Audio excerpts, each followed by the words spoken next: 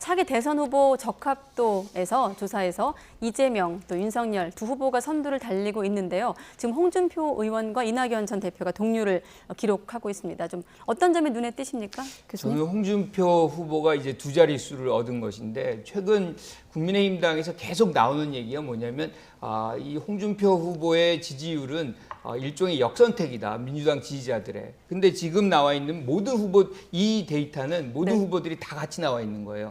그런데 두 자릿수로 올랐다면 사실상 역선택이 아니라는 거거든요. 직접적으로 홍준표 후보를 지원하는 이 지지자들이 이만큼 두 자릿수까지 올라갔다는 얘기이기 때문에 저는 이것이 지금의 역선택의 어떤 방지 조항을 이렇게 놓는 그런 부분에서 지금 윤석열 후보라든가 최재형 후보가 강조하는 그런 어떤 효과가 지금 안 나오고 그런 것과는 달리 전적으로 홍준표 후보를 지지하는 표들이 이만큼 컸다. 이렇게 우리가 봐야 되는 데이터가 이것이다라고. 그러니까 역선택 방지 조항을 넣자는 그 주장이 좀 무색한 그렇죠. 결과다 이 이렇게 부분은 보시는 왜냐하면 거군요. 모든 후보를 같이 놓고 지금 여론조사를 한 거기 때문에. 그러면 교수님 말씀에 이어서 바로 그럼 보수 진영 적합도를 따로 한번 보고 또 한번 의견을 들어볼까요?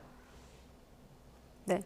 그러니까 이거는 지금 따로 야권만 따로 떼서 놓은 결과인데 다시 한번 설명해 주시죠. 이 부분 같은 경우는 뭐 사실 역선택이 들어왔을 수도 있습니다. 왜냐하면 전체 이제 여론조사 대상자들에게 야권 야당의 후보로서 누가 적합하냐 그렇다 그러면 오히려 윤석열 후보가 경쟁력이 있으니까 조금 더 약한 후보에게 줘야 된다. 그러면 사실은 그러면 왜 윤석열 후보가 아니라 그러면 다른 더 약한 후보들도 있는데 왜 유승민 후보냐, 홍준표 후보냐 이거예요.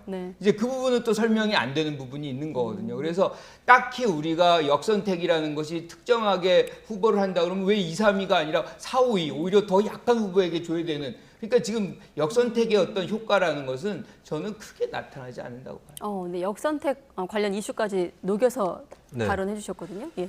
저는 역선택이 문제는 아니라고 봐요. 그러니까 역선택을 좁게 정의하면 일부러 약한 후보를 고른다라는 건데 여론조사 응답에서 그런 행태를 보일 수 있는 유권자는 극소수입니다. 근데 진짜 문제가 되는 건 뭐냐면 실제로 민주당 지지층 중에 그러니까 범야권 중에서는 홍준표가 제일 좋아라고 찍는 분이 계신데 그분이 본선에서 그러면 그 후보를 찍을 것이냐 이건 완전히 별개의 문제고 아닐 가능성이 상당히 높거든요. 그런 의미에서는 역선택을 포함한 저는 공선택이라는 표현을 쓰는데요. 좀 허공에 찍는 거나 다름이 없다. 공선택. 네. 그래서 이런 것들을 좀 방지하는 룰을 만드는 거는 저는 있어야 된다라고 봅니다. 어떤 정당의 경우는 정의당이나 과거의 민주노동당 같은 경우는 아예 당원들만 경선하는 그런 제도도 있었는데 그런 것들이 다 나름의 의미가 있는 것들이거든요. 그런 의미에서는 좀 일부 후보들만 늘어놓고 모든 응답자들이 뛰어드는 이 적합도 조사는 좀 항상 유의해서 볼 필요가 있다라는 거고요. 근데 다만 아까 전에 단순 개인별 후보 지지도에서 홍준표 후보 상승세가 나타났는데 이 부분은 무시할 수 없는 부분입니다. 대선 후보 적합도 다시 한번 보여주시죠. 네.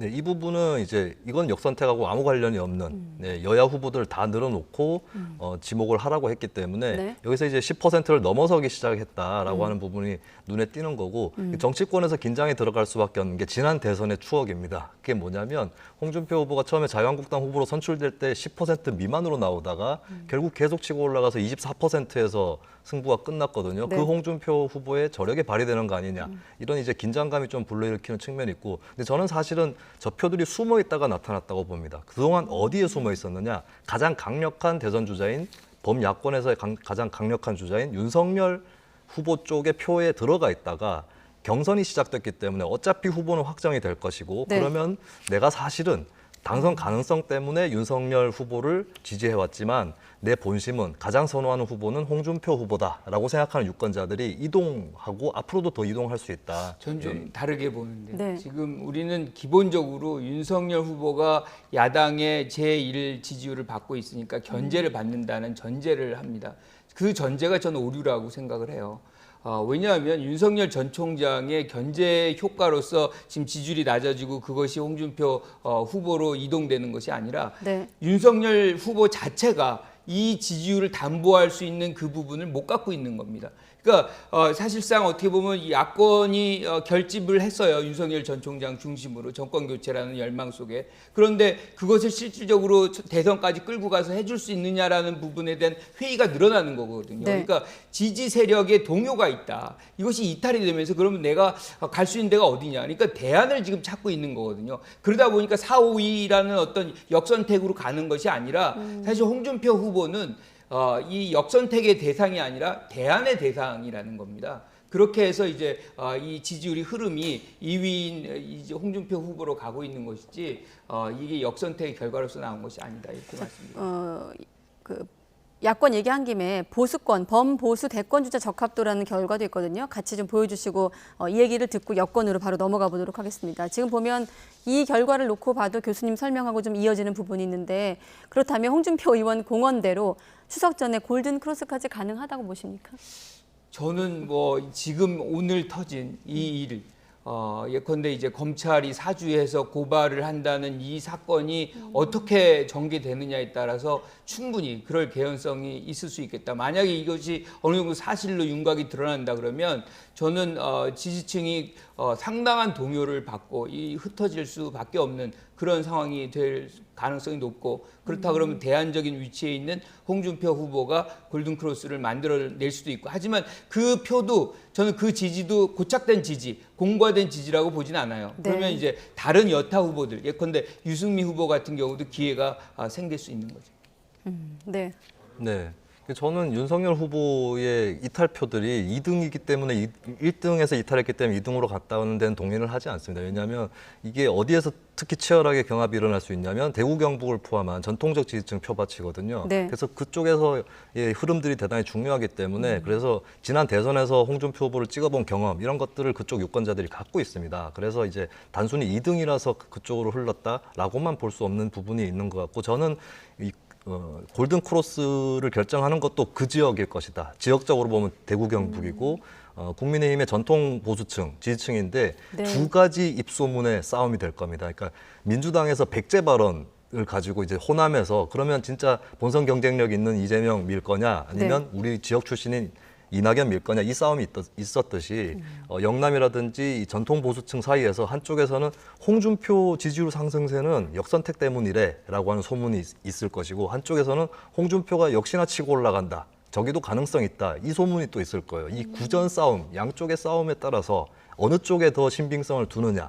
이것이 이제 양쪽의 어떤 네. 지키느냐, 뒤집느냐 이것을 결정할 거라고 봅니다. 네. 가상 양자 대결도 간단히 보도록 하겠습니다. 지금 가상 양자 대결을 보면 윤 전 총장이 상대당 후보인 이재명, 이낙연 후보 누구와 대결을 해도 지는 것으로 윤 전 총장이 지는 것으로 나왔거든요. 교수님, 앞서 그 윤석열 전 총장의 어떤 대안 표심이 홍준표 의원에게도 갈 수도 있겠습니다만 이낙연 전 대표에게 간다는 이런 해석도 있지 않습니까? 그러니까 그 부분이 네. 계속 있어 왔어요, 사실상. 그러니까 중도층이 이낙연 후보 쪽에 있다가 또 윤석열 총장 쪽에도 갔다가 이게 네. 왔다 갔다 하는 그런 측면이 분명히 있었습니다. 그런데 지금 윤석열 총장의 지지율의 핵심은 뭐냐면 팽창이 안 된다는 거예요. 그러니까 우리가 지금 어느 정도 선을 올라가고선 그 다음부터는 더 이상 올라가지 못하고 뚫지 못하고 계속해서 내려가는 추세에 있는 것인데 그 이유는 사실상 이 윤석열 전 총장이 정권 교체다. 뭐 이런 거 외에 달리 내가 어떤 나라를 만들고 싶다, 어떤 네. 나라를 내가 대통령이 되면 만들 수 있다라는 비전 제시가 없기 때문에 중도층이라든가 다른 영역에 있어서의 어떤 여론을 흡수하지 못하는 그런 효과가 지금 나타나고 있다 이렇게 평가할 수 있습니다. 네, 윤석열 후보 같은 경우는 이제 본인의 어떤 최근에 있었던 악재라든지 이런 부분도 영향을 끼쳤을 것 같은데, 근데 중요한 것은 경선 효과도 있는 것 같아요. 네. 어쨌든 민주당 쪽은 이재명 대 이낙연이라고 하는 팽팽한 어떻게 뭐 지지율의 격차가 있다고 볼 수도 있겠지만은 좀 질적으로 봤을 때 존재감으로 봤을 때는 팽팽한 부분이 분명히 있거든요.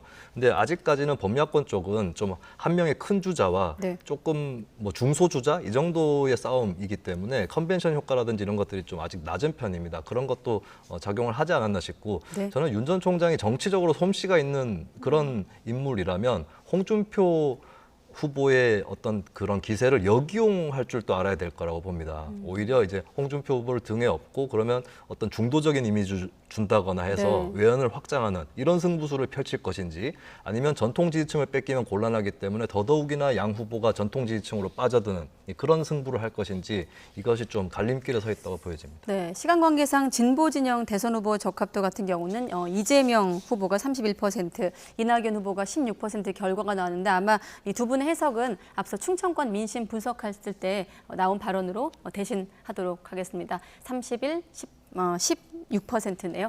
네, 여기까지 두 분과 함께 말씀 나누도록 하겠습니다. 나이트 포커스 마치겠습니다. 오늘 고맙습니다. 네.